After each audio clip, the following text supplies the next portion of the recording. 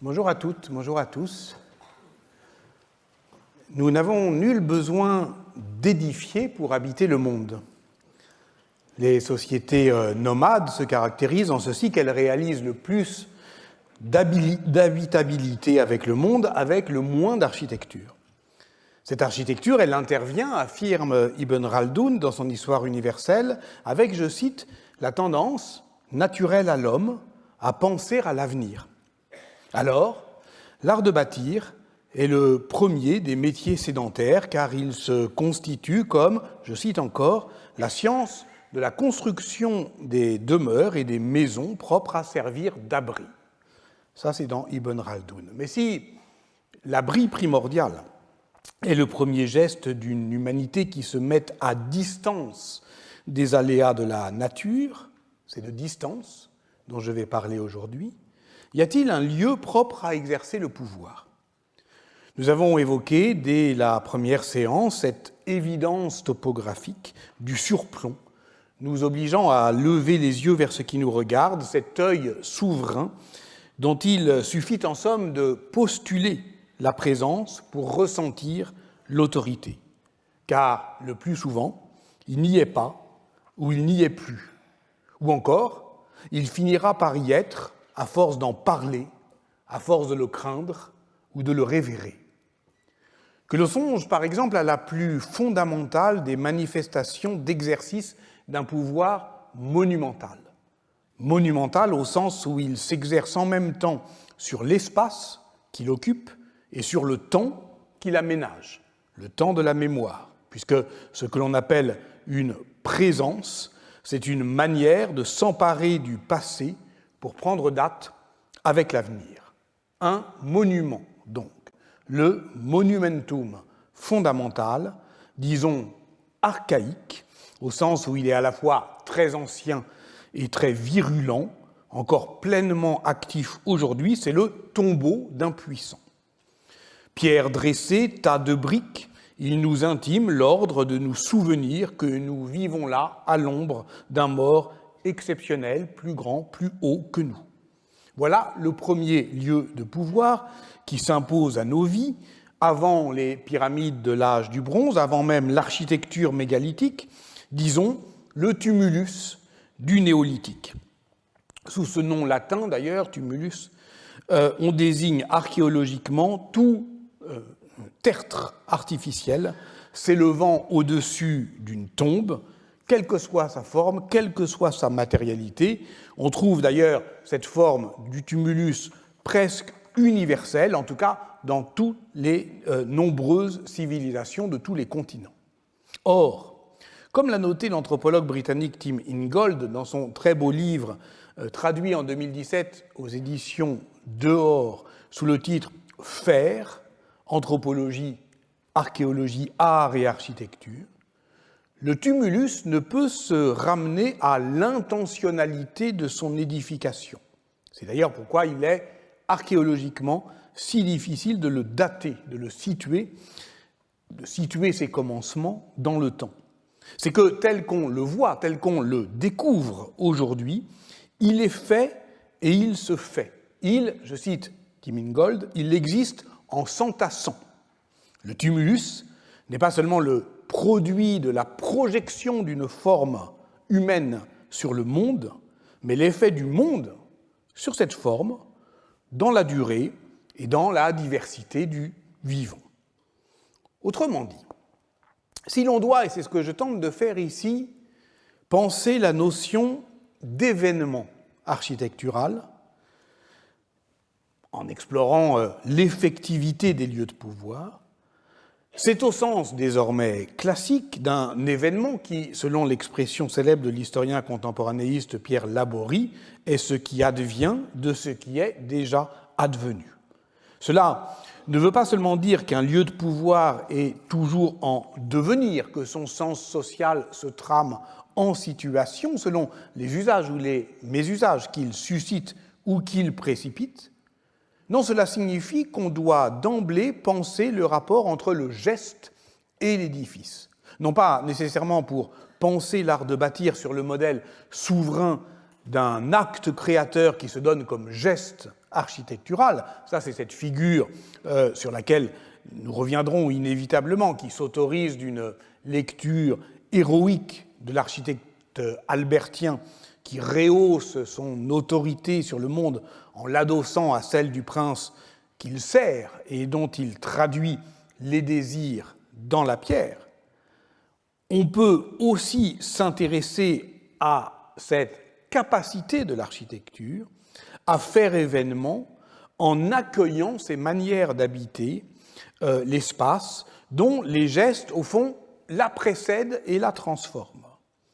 Pour penser ces gestes qui, antérieurement donc à l'édification de la maison, architecture l'espace, je m'appuie ici, et depuis le début en fait, sur l'œuvre inspirante du philosophe Benoît Goetz, et notamment 2 livres parus chez Verdier, que je sollicite beaucoup dans ma tentative d'espacer le temps, c'est-à-dire plus simplement de penser la relation de pouvoir en termes d'espacement. Le premier est paru en 2001 et s'appelle La dislocation, architecture et philosophie, et le deuxième, 10 ans plus tard, en 2011, Théorie des maisons, l'habitation, la surprise. Je reviendrai tout à l'heure sur cette notion de surprise. Et je lis dans ce dernier livre, Théorie des maisons, la phrase suivante. Habiter, c'est enchaîner position et geste, et cela, littéralement, sans fin. Comprenons ici que le geste est un moyen sans fin, c'est-à-dire qu'il faut bien faire quelque chose pour y être, interminablement et sans, d'ailleurs, toujours y penser. Nous habitons un lieu, un milieu, quand notre manière d'être se forme à leur fréquentation, a écrit Jean-François Lyotard. Je m'assois, je me lève, je me couche, mon pied bute sur la marche d'un escalier, je lève le pied, je n'y pense même pas, je ne songe pas à tenter de calculer l'écart de la marche, j'imagine qu'elle est habituelle. Je ne peux pas vraiment dire donc que je fais les gestes appropriés, non, je suis habitué, l'habitus est une manière de faire, et puis je recommence. Pas besoin donc de me le dire, je le fais. On n'entend pas des voix quand on habite. On répond aux sollicitations de l'architecture qui s'imposent à nous par cette violence douce de l'insinuation. Sa puissance donc est psychagogique, au sens où elle est toujours reçue dans l'inattention. Et donc on n'a nul besoin de contempler un lieu de pouvoir pour éprouver son pouvoir. Et même, c'est souvent l'inverse. C'est quand on n'y pense pas qu'il agit sur nous. Qui, par exemple, a déjà visité un château fort avec un guide touristique qui suggère, à chaque fois qu'on passe une porte un peu basse, de baisser la tête en disant, vous savez, ils étaient petits au Moyen-Âge. Non, non, ils n'étaient pas petits. Simplement, l'architecture nous fait faire ce qu'on doit faire, c'est-à-dire baisser la tête. Et d'une certaine manière, ça, c'est effectivement implicite dans, je dirais, le phrasé architectural d'une habitation qui s'impose à nous par sa seule fréquentation. Parfois, évidemment, ça peut être un peu plus explicite. Par exemple, si vous visitez le Puy du Fou, eh bien, dans la reconstitution de la salle du trône de François Ier, vous aurez un crieur qui vous intime l'ordre un peu plus explicite, le roi arrive, baissez le regard.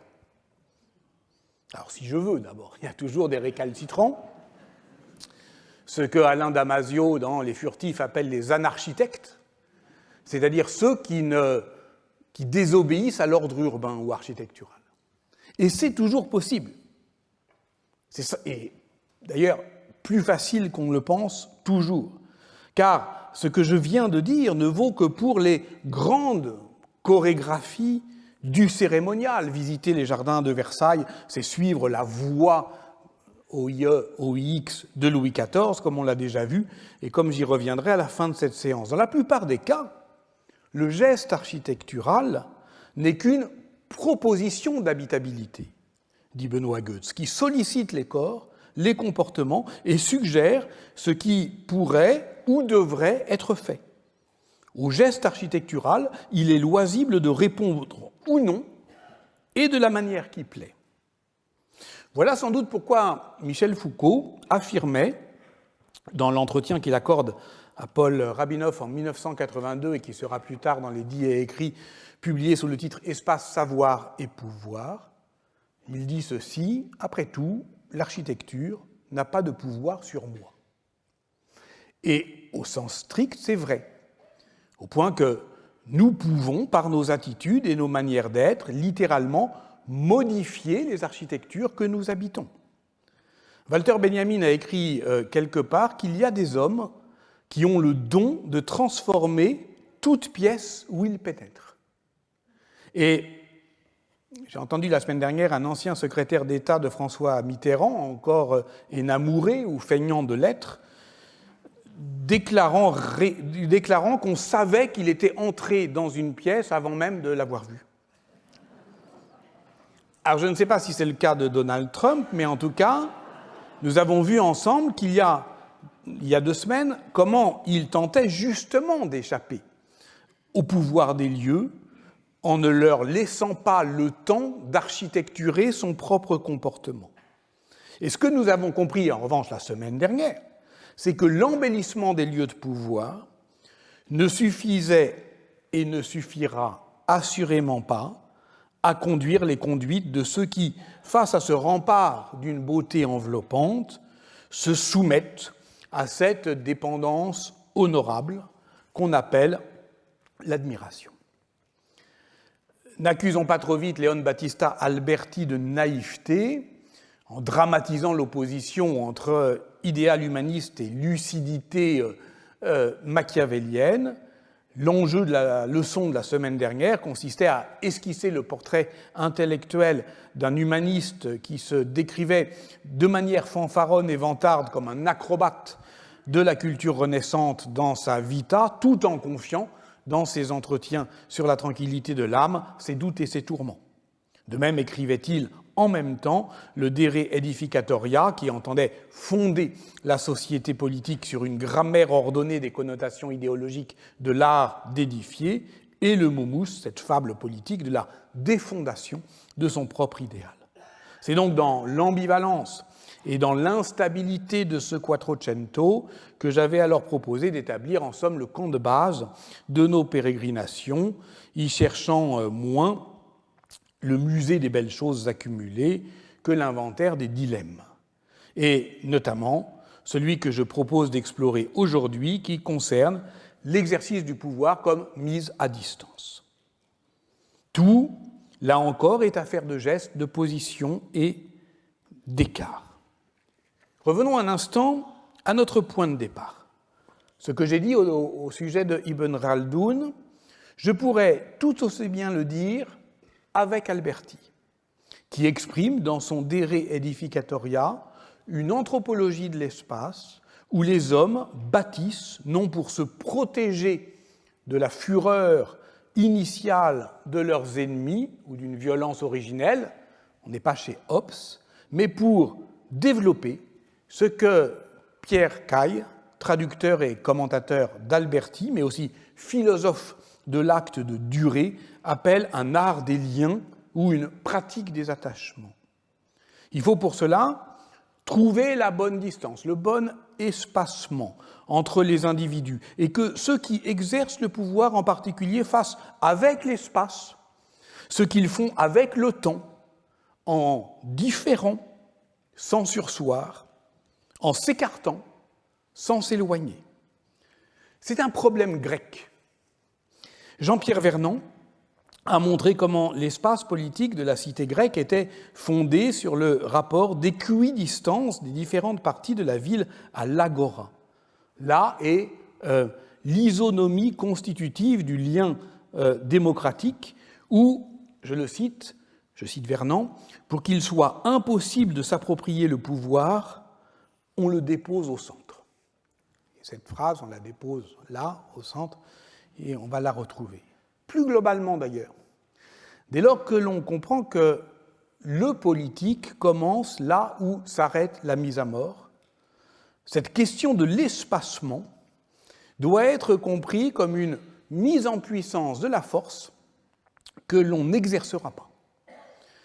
Commentant dans un livre magnifique qui s'appelle Périclès et Verdi, la pensée de François Châtelet, Gilles Deleuze appelle cela la politesse des Grecs, à savoir, je le cite, un art d'instaurer de justes distances entre les hommes, non pas hiérarchiques, mais géométriques, c'est pour ça qu'il est grec, qui consiste, je cite encore, à n'être ni trop près ni trop loin pour éviter de donner ou de recevoir des coups. Dans la vie quotidienne, cette raison pratique des écarts sociaux se nomme la proxémie. Elle a été théorisée par l'anthropologue américain Edward Hall en 1963, qui distinguait par cercle concentrique la distance intime, moins de 40 cm, personnelle, jusqu'à 1,25 m, sociale, jusqu'à 3,50 m, vous, et publique, au-delà de 3,50 m. Alors évidemment, le rayon de ces sphères s'adapte en fonction de la culture. Au Japon, les distances sont plus importantes. Des lieux, si vous êtes dans un ascenseur ou dans un métro, il y a une prostration, vous baissez les yeux, le portable sert à ça, et vous bougez moins, parce que vous savez que vous pouvez recevoir ou donner des coups, en fonction du degré de familiarité, en fonction de certains traits psychologiques. Les troubles du comportement, notamment, altèrent la perception proxémique, c'est même assez fondamental dans certains troubles du comportement. Dans le cas des relations de pouvoir, c'est évidemment le protocole qui règle la juste distance. Bon, on va commencer à regarder des images. Alors là, par exemple, je pense qu'on est un peu trop loin. Lorsque Vladimir Poutine reçoit Emmanuel Macron au Kremlin le 7 février 2022, on peut estimer qu'ils sont un peu loin l'un de l'autre. Cette table ovale, a-t-on appris depuis, a été installée par Boris Yeltsin en 1995. Elle fait 6 mètres de long, 2,60 m dans sa plus grande largeur, plus que là, mais moins que dans la salle d'assemblée, j'ai vérifié, et elle est faite d'une seule feuille de hêtre. Un tel espacement, et c'est ça évidemment, à mon avis, la productivité intellectuelle de cette notion d'espacement, quand il est trop important, il est comblé par l'imaginaire. Par exemple, 2 jours plus tard, voilà ce qu'on retrouvait sur les réseaux sociaux russes. Ce genre de photographie, inévitablement, produit de nombreux détournements, illustrant d'ailleurs une tendance de fond que l'on peut appeler la mémification du politique. On verra d'ailleurs au passage, qui n'est pas inintéressant, combien il est difficile de placer, quelles que soient les intentions, des gens sur une grande table pour qu'on ne finisse pas par y voir la scène, même quand elle n'est pas là. Tant il est vrai que la grande table appelle dans notre culture le souvenir du dernier repas du Christ. Alors comment interpréter cette scène d'intimidation ? D'abord en rappelant que le temps, qu'en temps épidémique, ce qui protège le pouvoir n'est pas la beauté mais la distance. Et on dit que Vladimir Poutine avait alors peur du Covid. Il aurait donc pratiqué, mais à une grande échelle, ce que l'on appelait justement la distanciation sociale. Et d'ailleurs, on a aujourd'hui, puisque je parlais de vie quotidienne, dans nos villes, des affichettes, des autocollants. Nos bâtiments portent encore aujourd'hui quelques stigmates de cette volonté sanitaire de nous maintenir à bonne distance les uns des autres, même si en fait la marque la plus profonde de cette période a été laissée dans le langage, notamment dans la novlangue de l'administration universitaire, puisque nous distinguons maintenant, pour parler d'une réunion par exemple, entre le présentiel et le distanciel. Mais quand on y songe un peu, comment avons-nous pu consentir à une telle chimère présentielle, distancielle? C'est une fausse opposition. Ce qui s'oppose à la présence n'est pas la distance, mais l'absence. Ce qui s'oppose à la distance n'est pas la présence, mais la proximité. En mettant en regard ces deux termes, on décide de ne pas voir les effets de leur antonyme véritable, l'absence et la proximité. On peut être effectivement proches et absents les uns pour les autres. Ce qui s'absente aujourd'hui est l'idée du proche, provoquant une situation politique abstraite. On parle de quoi au juste, et donc toujours possiblement dangereuse. Dès lors qu'on a posé une fausse symétrie entre présence et distance, prétendent les hybrider, par exemple on va faire une réunion en hybride, revient à créer une chimère, et cela aussi, évidemment, c'est très médiéval, parce que vous l'avez deviné, je pense, je vais essayer de médiévaliser cette scène. Et d'ailleurs, suivons par exemple le motif de cette table du pouvoir. Il serait aisé de montrer comment l'ordonnancement des manières de table fait du banquet médiéval une grande scène du pouvoir, dans laquelle le prince impose une présence dosée que j'appelle volontiers d'espacement, au sens où il établit un intervalle entre la mêlée du trop près et la transcendance du trop loin. Et le modèle, bien sûr qu'il est christique, donc si on veut bien aller voir en arrière et désigner directement la fresque que Léonard a peint, qui n'est pas techniquement une fresque, dans le réfectoire du couvent dominicain milanais de Santa Maria delle Grazie, sur le dernier repas du Christ, il est évident que le dispositif visuel de cette peinture murale dans un réfectoire, qui d'ailleurs ne trouve pleinement son sens, comme l'a montré Léo Steinberg, que si on admet que le point focal de la composition, qui est au sens propre dans la main du Christ, dans la main gauche du Christ, et bien que ce point focal, si on le prolonge vers vous, devant moi, eh bien, il va taper l'oculus de la tribune que Giovanni Solari a construit pour le duc de Milan, Ludovic le Mort, et où son mausolée sera installé en 1498. Donc c'est une sorte de rayon qui vient promettre la résurrection au prince qui est dans son monument au sens propre. Mais ce qui compte ici, c'est l'efficience de la gestualité christique. Exactement comme sur un tympan roman, il se situe dans l'intervalle exact entre la gesticulation et la prostration. Comme l'a montré Jean-Claude Schmitt dans La raison des gestes, le geste diabolique dans l'art médiéval, c'est soit effectivement la prostration, soit la gesticulation, et le geste idéal divin, c'est celui qui est à la fois ample, précis et juste. Et là, c'est le cas, c'est la juste distance.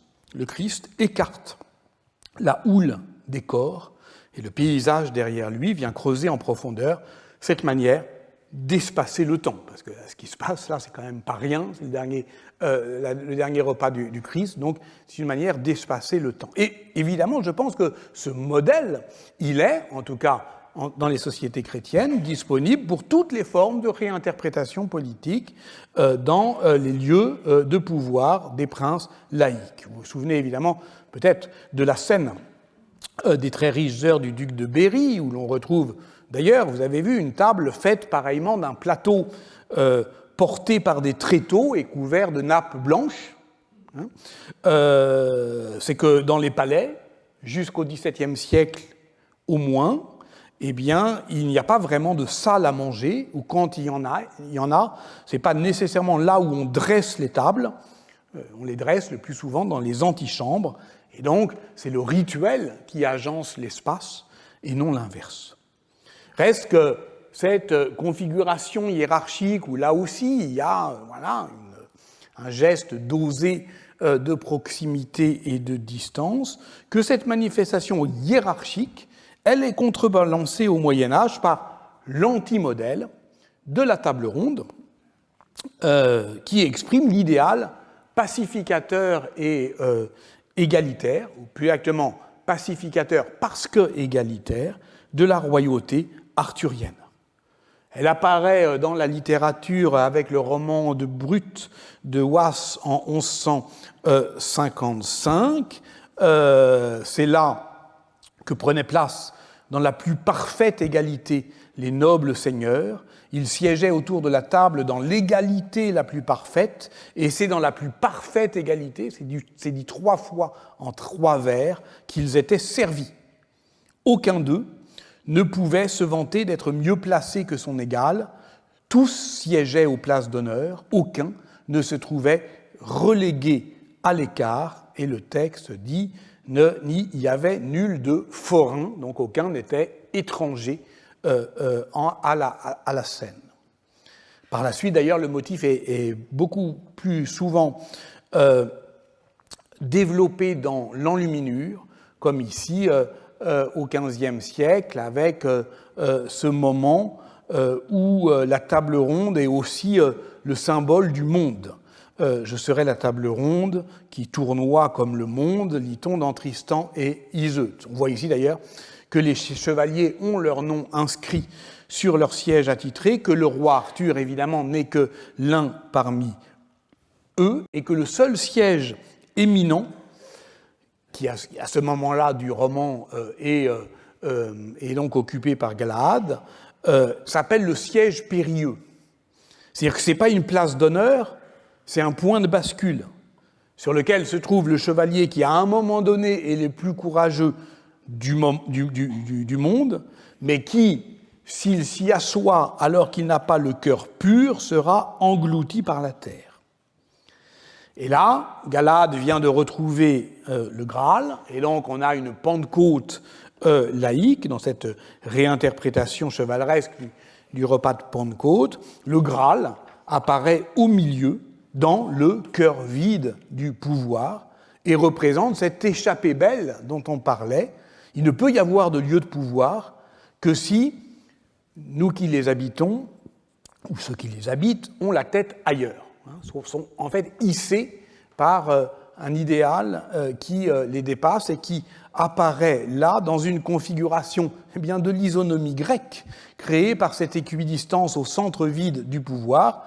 Et donc, si je vous relis la phrase de Jean-Pierre Vernant, puisque c'est par l'esprit, effectivement, qu'ils font advenir ce Graal qui n'existe nulle part ailleurs que dans leur espérance, je cite à nouveau Jean-Pierre Vernant, « Pour qu'il soit impossible de s'approprier le pouvoir, on le dépose au centre. » Et reconnaissez effectivement que nous y sommes. Avant de quitter cette image, regardez, si vous le voulez bien, jeter un coup d'œil sur l'intervalle des pilastres encastrés, car c'est désormais avec ce type géométrique de l'écart que je voudrais poursuivre mon raisonnement. Nous revoici au Kremlin, avec Vladimir Poutine, quelques jours après l'entrevue avec Emmanuel Macron, qui était venu, je le dis au passage, à Moscou pour tenter de faire baisser la pression sur l'Ukraine. Le nouveau tsar tient là encore toujours les dignitaires à distance, et le vide central de la grande salle des colonnades, mais qui m'intéresse aussi pour son vocabulaire néoclassique, n'est sans doute pas exactement le même que celui grec ou chevaleresque dont nous venons de parler. C'est ici qu'il convient sans doute de faire retour à la théorie architecturale telle qu'elle s'énonce dans les traités, notamment de Vitruve à Palladio. Comme l'a montré Roland Recht, avant de se constituer en art de l'espace, capable donc d'inventer des espaces, l'architecture s'est pensée comme l'art de régler les manières de loger dans ces espaces des formes, en mesurant le bon écart entre elles. Chez Vitruve, cet écartement des éléments architecturants s'appelle le modulus, et cet intervalle est à la fois une proportion et une convenance. Et le premier lieu théorique, évidemment, on le sait, de cet espacement, c'est l'entrecolonnement, qui détermine ce qu'on appelle un style, précisément. Traduisant Vitruve, Alberti articule cette notion d'intervalle à celle de rythmie, et l'espacement devient alors un rituel d'ordonnancement du visible pour créer la storia, justement, dans une optique, on l'avait vu la semaine dernière, de persuasion. Donc, au fond, on doit calculer de telle manière que cet écart produise lisibilité, clarté, hiérarchie. Ensuite, les grands traités du XVIe siècle, comme ceux de Serlio, de Vignole, systématisent ces normes, les mettent au service d'une rhétorique visuelle de la façade, notamment reposant sur une grammaire de l'intervalle, toujours un entrecolonnement serré produit de la gravité et davantage de solennité quand il s'élargit en diastyle. Mais ce sont les Quattro Libri dell'Architettura qu'Andrea Palladio fait imprimer à Venise en 1570, qui réinterprète ces normes architecturales pour en faire une esthétique de l'expérience. Il y développe une analogie systématique entre ces espacements et les intervalles musicaux, composant ainsi la musicalité de l'édifice. Et ce, dans un sens qui est évidemment pythagoricien. Tout le vocabulaire architectural des lieux de pouvoir de la Renaissance, portiques princiers, colonnades d'apparat, escaliers monumentaux, développe donc l'espacement cérémoniel comme dispositif de visibilité et de domination. Donc, le pouvoir agit par la distance, tout autant que par la forme, et l'on pourrait donc dire, en schématisant à l'extrême, que si la distance protège, l'intervalle expose et le vide centralise. Cette grammaire ne s'énonce pourtant qu'en situation, par les gestes et les parcours qui hiérarchisent les lieux de pouvoir.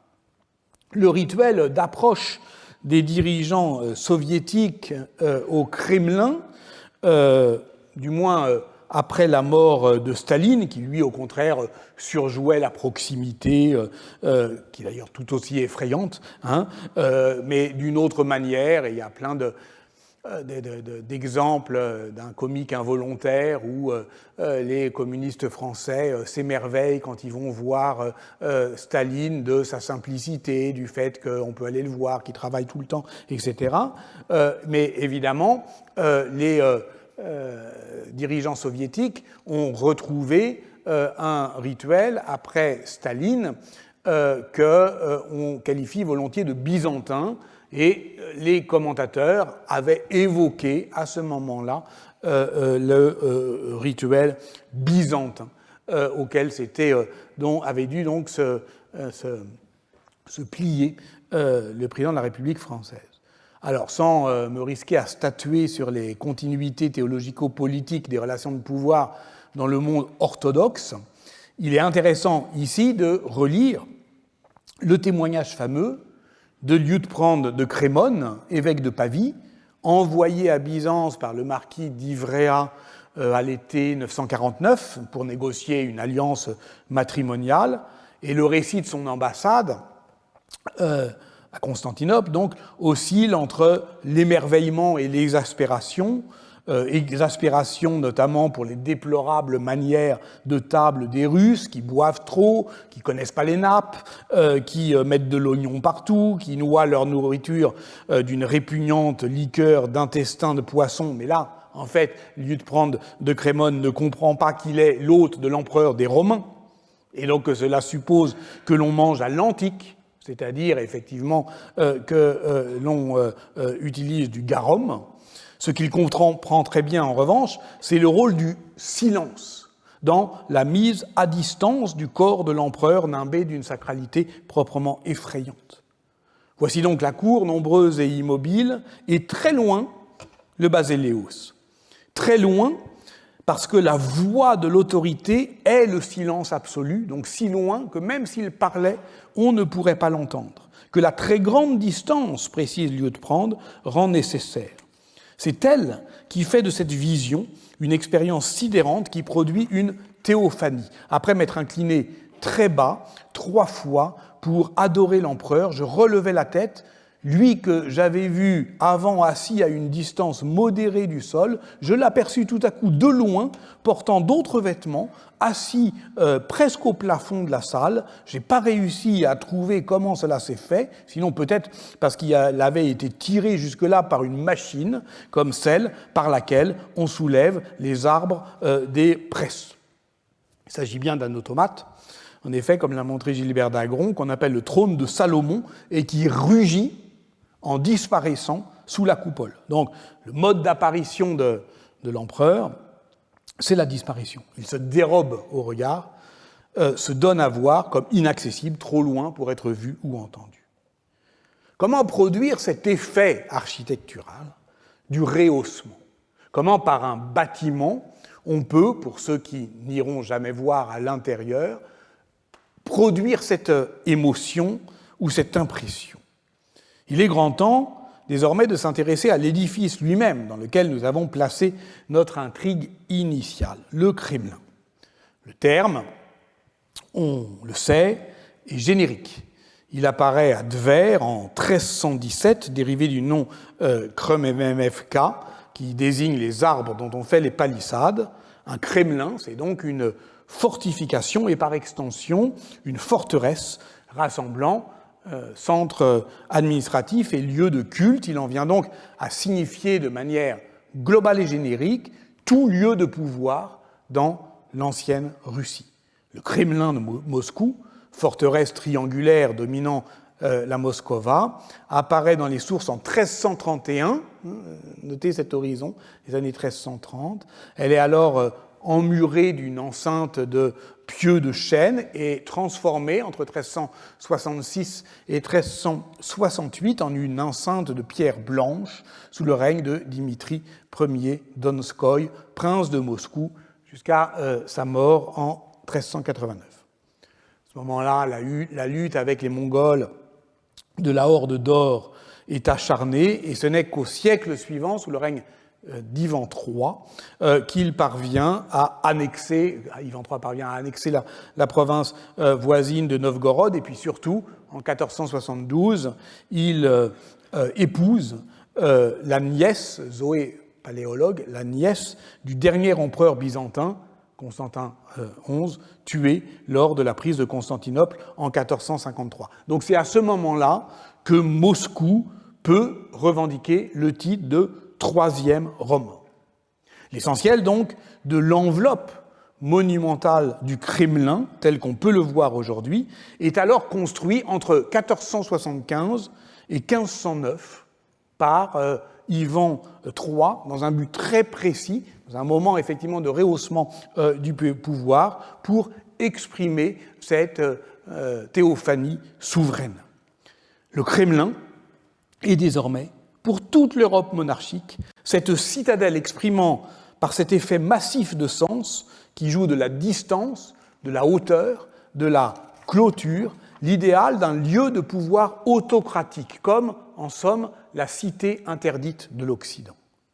Napoléon, qui résida en septembre-octobre 1812, y demeurant, en somme, prisonnier de sa victoire paradoxale, il fortifia son rêve d'un palais que ses architectes Charles Percier et Pierre-François Léonard Fontaine avaient projeté sur la montagne de Chaillot, en face du Champ de Mars, là où est aujourd'hui le Trocadéro. Ce palais du roi de Rome aurait eu tout le bois de Boulogne pour grand parc, et le paradoxe noté par Thierry Sarment dans sa récente Histoire des palais, et qu'après le désastre de la campagne de Russie, ce palais rêvé par Percier et Fontaine inspira à Moscou, chez effectivement les vainqueurs de Napoléon, l'embellissement du Kremlin en un style que l'historiographie russe désigne en français comme empire.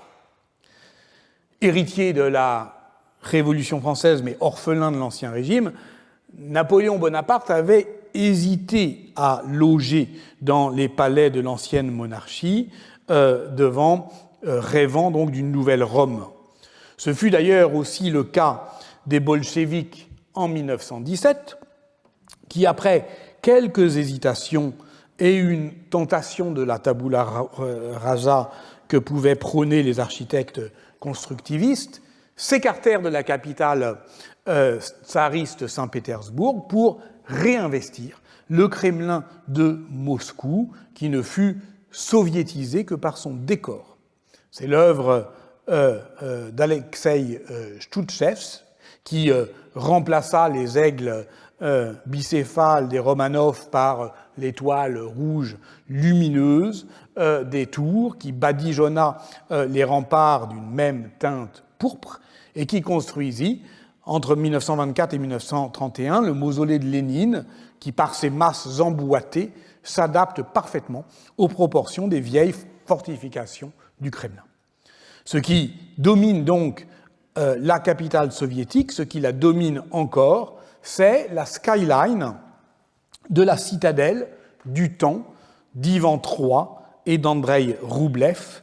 Et nous voici donc ramenés à Moscou, capitale du XVe siècle, ou plutôt du Quattrocento, car ce sont des architectes italiens qui l'ont édifié. C'est en 1475 qu'Ivan III dépêche les envoyés en Italie pour y aller quérir des architectes. Eux seuls, apparemment, peuvent être les scénographes du rehaussement de son pouvoir et de son désir d'édifier à Moscou la troisième Rome. La chronique russe Soviskaya décrit la visite de l'ambassadeur Simeon Tobulzin à Venise, dans l'atelier de l'architecte Ridolfo Fioravanti, et il l'a décrit comme un conte. Tout est merveilleux dans cet apparat de beauté et d'ingéniosité qui vaut à Fioravanti son surnom d'Aristotèle. Aristote, donc, on va l'appeler ainsi dans ses pérégrinations. C'est un ingénieur de la commune de Bologne qui travailla pour Mathias Corvin, notamment en Hongrie, qui est courtisé à ce moment-là par Mehmet II. C'est au même moment que le sultan ottoman parvient à attirer Gentile Bellini à Constantinople.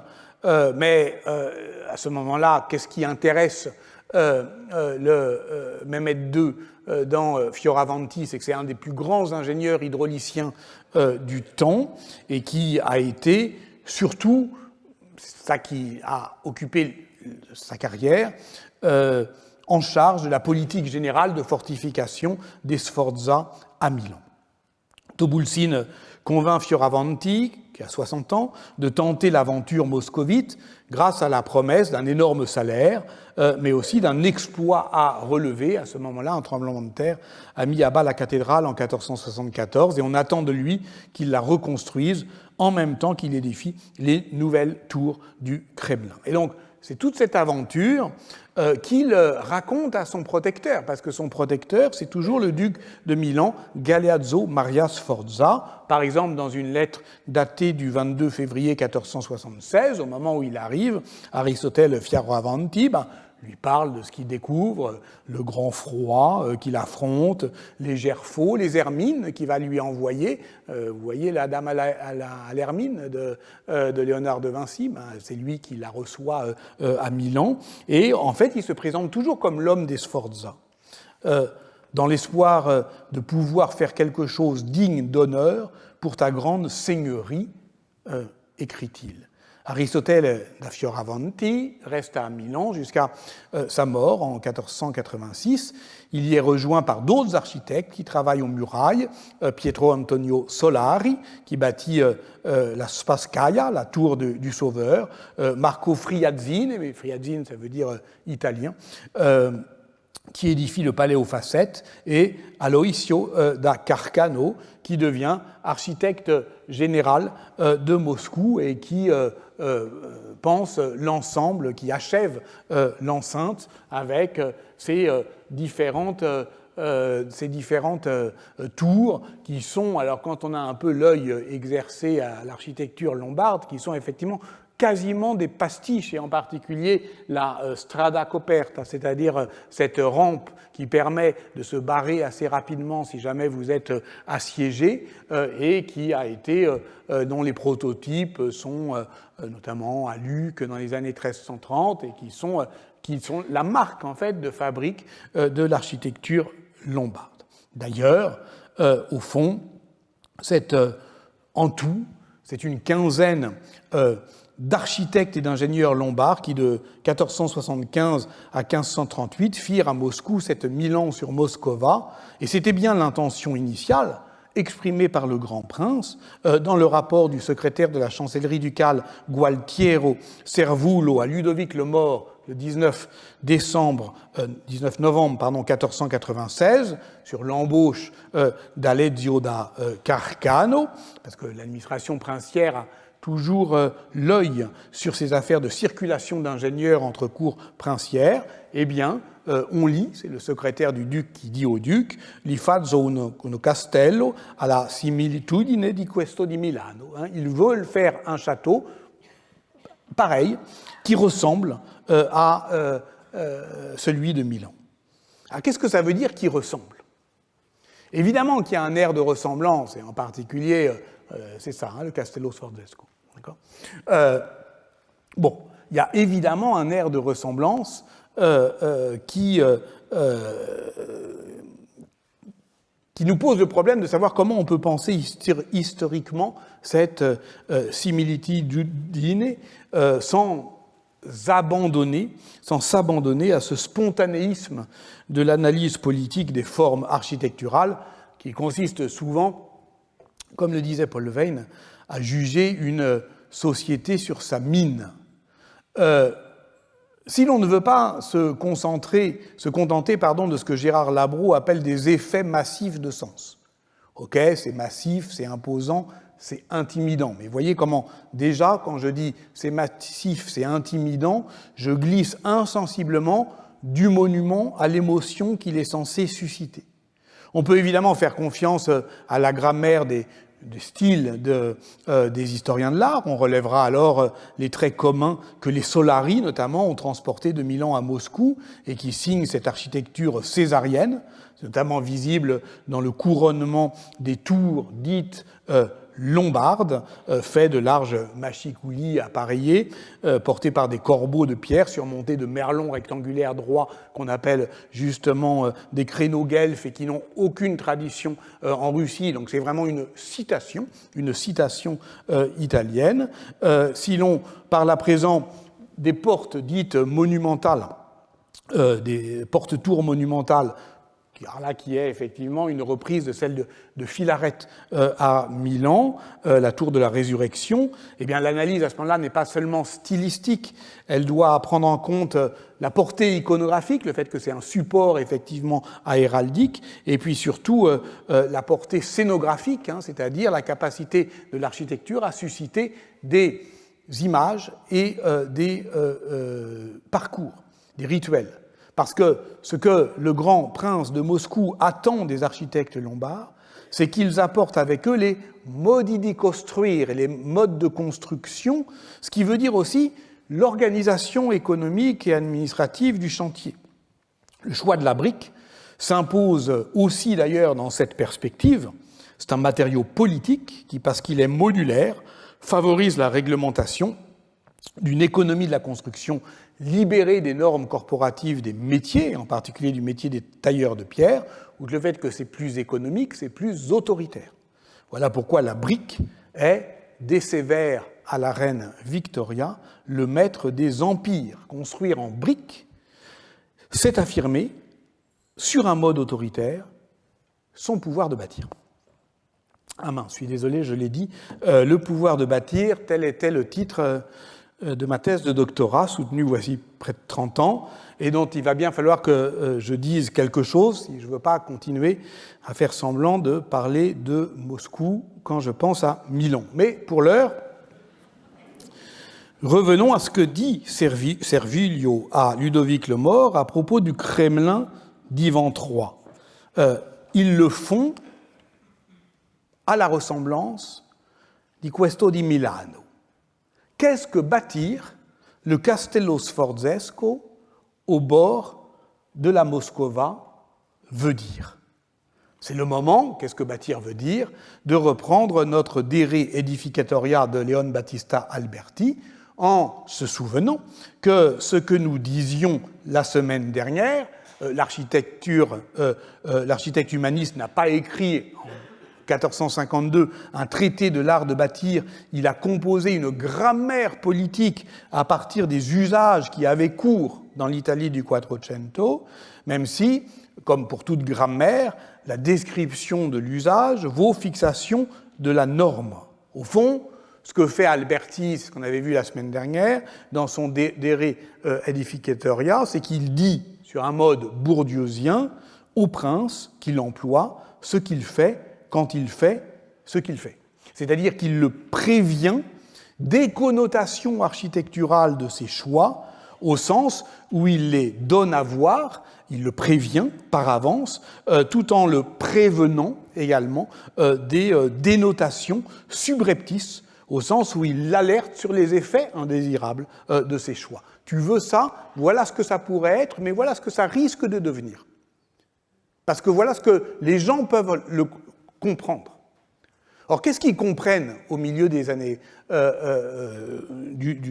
milieu du XVe siècle? Ben, ils comprennent, et ça c'est dit dans le livre 4 et 5 du De Re Edificatoria, que le bon prince, eh bien, il n'habite pas une forteresse. Il habite au cœur de la ville, et c'est pour ça que Alberti plaide pour l'inurbamento des palais princiers, qui est pas du tout pour ces rocca, qui sont effectivement aux limites de la ville. Je cite Alberti, la rocca est située de telle sorte qu'on ne peut pas dire si elle fait partie de la cité ou si elle est extérieure à elle, et ce doute-là, cette distance-là, elle crée une défiance. Et donc, à chaque régime, son architecture, on peut construire des rocs pour les tyrans. Il y a eu des tyrans au XIVe siècle. Normalement, ce sont des princes au XVe siècle, et ce que dit Alberti, c'est qu'il vaut mieux ne pas construire ça. À Milan, comme à Mantoue, pourtant, des princes puissants adoptent un modèle de résidence princière que la théorie architecturale, mais aussi la littérature politique du Quattrocento, considèrent comme intempestive. Machiavel. Machiavel, on ne retient généralement sur cette question de Machiavel que le 20e chapitre du Prince, qui est consacré aux forteresses princières et qui dit ceci. Et l'on peut examiner ce point ainsi.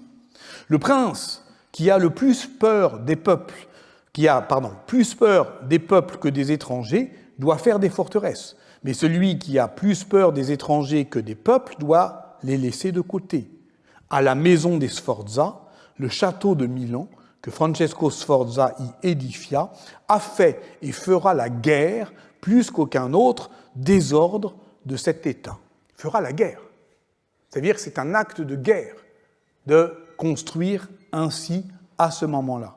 Aussi la meilleure forteresse qui soit est-elle de n'être pas haïe par le peuple. Ok, donc ça c'est du Machiavel qui claque à la fin, et donc c'est ça qu'on retient. En fait, c'est plus compliqué que ça. Il montre bien que la solitude est toujours un refuge illusoire pour un prince qui, au fond, loin de s'y protéger, s'expose au danger par le fait de créer de la défiance avec de la distance. Claude Lefort, commentateur de Machiavel, l'écrit ainsi : « La force imaginaire matérialisée dans la forteresse signale l'absence du sujet, non seulement l'exclusion du peuple de la puissance, mais le dénuement du prince sous l'appareil de coercition. » Comme souvent, c'est dans les discours sur la première décade de Tite-Live que Machiavel précise cela, développe à nouveau l'exemple de la reconstruction par Francesco Sforza du Castello milanais. Je cite, « La suite a montré, parce que justement, c'est comme le tumulus qui se fait en s'entassant, c'est que, en fait, le château, en fait, sa véritable connotation, c'est en situation et dans la durée qu'elle se produit. La suite a montré que cette forteresse fut nuisible à ses successeurs et n'assura pas leur sécurité, jugeant qu'ils pouvaient, grâce à elle, vivre en sécurité et outrager citoyens et sujets, offendere, les offenser, en fait, ils ne se refusèrent aucun genre de violence. Devenus odieux hors de toute mesure, ils perdirent l'État dès que l'ennemi les attaqua. Si le château des Sforza représente l'idéal type de la forteresse nuisible, c'est donc pour cela que dit Machiavel, c'est qu'elle suscite des comportements. Elle suscite des comportements de défiance du peuple, mais aussi d'agressivité rentrée de ce prince qui est proprement redouté, dans les deux sens du terme, c'est-à-dire qu'il est prisonnier de la peur qu'il inspire. Mais là, la retombée du texte machiavélien, elle ne claque pas comme dans Le Prince, de sorte que la meilleure forteresse qui soit, c'est de n'être point haï par le peuple. Là, ça dit presque l'inverse. Sur toutes ces choses, on ne peut pas rendre de sentence déterminée si on n'en vient pas aux détails particolari de ces états. Voilà assurément une leçon d'histoire. Ne pas se fier aux sentences déterminées, mais se pencher sur les particolari, les détails. L'avais-je assez fait dans ce travail intitulé « Le pouvoir de bâtir ». Je vous livre l'intrigue générale, Big Pictures.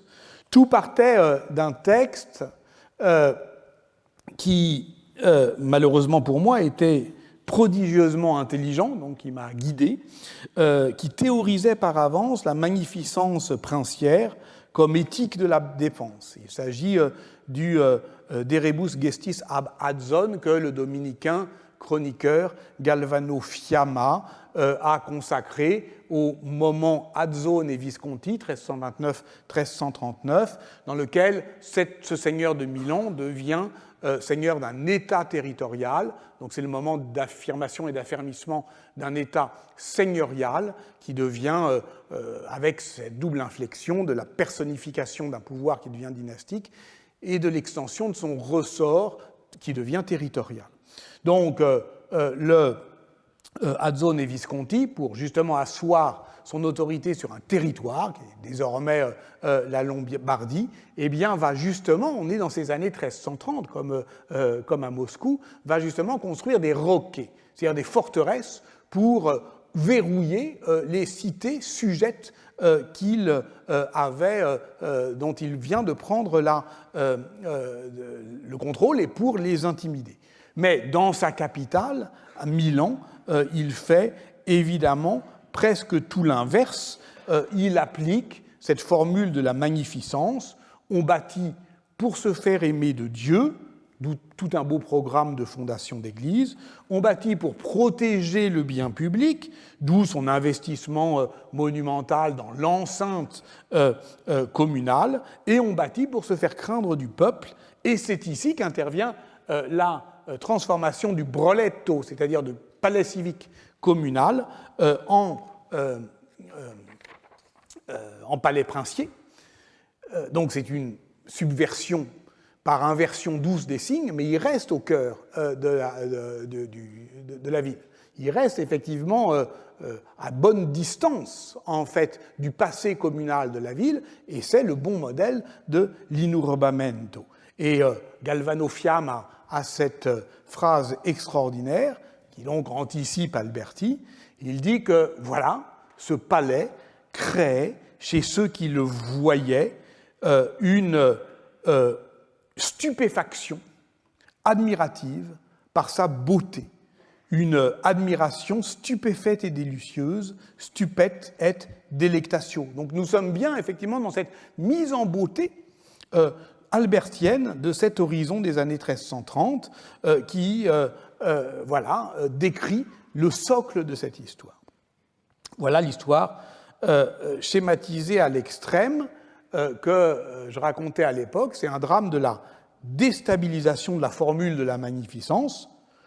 Acte 1, la cathédrale de Milan est refondée en 1385 au moment où le seigneur Gian Galeazzo Visconti devient duc de Milan, mais il ne parvient pas à faire du chantier de la cathédrale qui lui échappe le symbole du rehaussement monarchique de son autorité. Donc le dôme ne sera pas le mausolée princier des Visconti, mais le monument protecteur des Milanais et même le refuge des institutions communales. Acte 2, Chassés du centre, donc, les Visconti se réfugient dans la Rocca di Porta Giovia, qui, de citadelle suburbaine, devient palais princier. Ils accusent l'écart, ils prennent leur distance avec le passé communal et suscitent la défiance de leurs sujets. L'humaniste Deschambriot, d'ailleurs, décrit Filippo Maria Visconti comme un prince redouté qui, au fond, devient fou la protection d'un enfermé dans son pouvoir. Cette rocca intempestive se venge, architecturant des comportements tyranniques chez ce prince, ce qui produit sa perte. Acte 3, lorsqu'il meurt en 1447, la société politique milanaise rétablit la commune sous le titre de République ambrosienne, ordonne la destruction de ce qui est devenu une Bastille, la Bastille de la tyrannie, et organise même cette destruction comme un cérémonial civique, avec le voyage des pierres, les décombres en fait de la forteresse princière coupable d'avoir déserté la ville, le voyage au retour dans le centre du civique pour reconstruire le palais et ainsi cicatriser une blessure historique. Acte 4, lorsque l'oligarchie milanaise négocie avec le condottiere Francesco Sforza sa prise de pouvoir, celui-ci promet de ne jamais reconstruire le château, il ne se sent pas tenu par sa promesse et le reconstruit plus grand, plus fort. C'est celui qu'on voit et c'est celui qui fait envie à Ivan III, ce château qui assume désormais pleinement la dimension princière de son pouvoir. Quand j'écrivais ma thèse, Jean-François Copé n'avait pas encore théorisé la droite décomplexée, mais c'est ça. On y va. On n'a peur de rien. Et c'est là, effectivement, qu'interviennent les ingénieurs milanais qui construisent plus tard le Kremlin. Acte 5, Francesco Sforza, conscient des connotations tyranniques de son geste de rupture, cherche à en euphémiser la violence. Il va chercher à Florence un architecte, Antonio Averlino, dit le Filaret, pour embellir l'extérieur de son château, l'art florentin servant ici à euphémiser la brutalité de la domination. Le Filaret tente, mais ne parvient pas à s'imposer sur le chantier lombard. Le Castello Sforzesco restera en deçà de cette mise en beauté albertienne du pouvoir. Urbanistiquement, la greffe ne prend pas, la distance est trop grande. Filaret se venge en écrivant le Trattato di Architettura, qui est une réécriture du De Re Edificatoria. Moi, j'ai tout ce qu'il me faut, je lis le Filaret, je raconte cette histoire, rideau. Il y a 2 semaines, Antoine Lilti va jusqu'à 9, enfin, il fait 1h09, donc moi je me dis 1h09, en fait c'est bien. Il y a 2 semaines, c'est long 1h09, mais bon, il fait 1h09, alors moi aussi je fais 1h09. Il y a 2 semaines, en évoquant la visite des jardins de Louis XIV par lui-même, ça m'est revenu brutalement. Mon directeur de thèse, Pierre Toubert, qui a enseigné ici, qui est mort le 5 juin de l'année dernière, m'avait fait ce compliment. Hein, franchement, vous nous faites visiter Milan comme Louis XIV ses jardins. Et là, je me dis, mais bon sang, mais c'est bien sûr, en fait, c'était pas un compliment. Il y a dans cette reconstruction, finalement, de l'espace milanais de manière impérieuse, en somme, obligeant à suivre un schéma, obligeant à suivre une voie, quelque chose qui ne va pas. Ce quelque chose qui ne va pas, d'abord, c'est le fait que, on ne peut pas imposer au Moyen-Âge une rhétorique de la représentation marinienne, celle de Louis Marin, celle dont nos dirigeants actuels se croient délivrés, eh bien, elle n'avait pas cours encore au Moyen-Âge. Et c'est pour cela, d'ailleurs, qu'il faut tenter, c'est ce que je tente de faire ici, une sémantique du signe architectural contemporaine de ce qu'on cherche à décrire. Ça ne va pas non plus parce que, d'une certaine manière, cela revient à faire ce que Marguerite Yourcenar disait du roman, c'est-à-dire c'était le portrait d'une voix qui dit « je », d'une voix qui dit « je veux », celle que vous avez entendue dans cette lettre de Aristotel Fioravanti da Bologne à son mécène, et qui est toujours effectivement le rapport entre le prince et l'architecte à distance, quand ils sont séparés, parce qu'évidemment quand ils sont ensemble, ce sont des ordres de bocca. Et donc tout cela demande sans doute d'être vu plus dans les détails. Alors, rassurez-vous, hein, c'est pas ce que je vais faire à partir de la semaine prochaine. Je me suis déjà expliqué avec ma thèse dans un livre qui s'appelle Faire profession d'historien. Il y a un chapitre qui s'appelle Comment je me suis disputé avec ma thèse. Dans la réédition du pouvoir de bâtir, il y a une postface inédite qui décrit en fait tout ce qui a changé depuis, et dont un petit livre, Les colonnes de San Lorenzo, est comme le double, le petit compagnon littéraire, et dans lequel vous trouverez aussi un autochrome, parce que tant qu'à faire de la pub, autant y aller carrément. À ce sujet, et j'en terminerai par là, parce qu'en fait, je n'ai pas imprimé jusqu'au bout mes notes, mais c'est plutôt mieux. À ce sujet-là, d'ailleurs, je ne pensais pas, puisque la semaine dernière, j'avais terminé en disant, bah, tiens, à la fin du Momus, faut ranger sa chambre et on en retrouvera peut-être un livre qui va nous expliquer la vie. Je ne pensais pas que ça serait ma thèse, mais j'ai cherché. Et alors, on la trouve à 44 balles chez AB Books. Oui. Mais alors, ce qui me choque un peu, c'est que c'est quand même un livre que j'avais envoyé à quelqu'un le 4 juin 1998, quelqu'un du CNRS, et qui vient de le refourguer. Alors, si vous en avez aussi un à vendre, vendez le vôtre, cliquez ici. Merci, et à la semaine prochaine.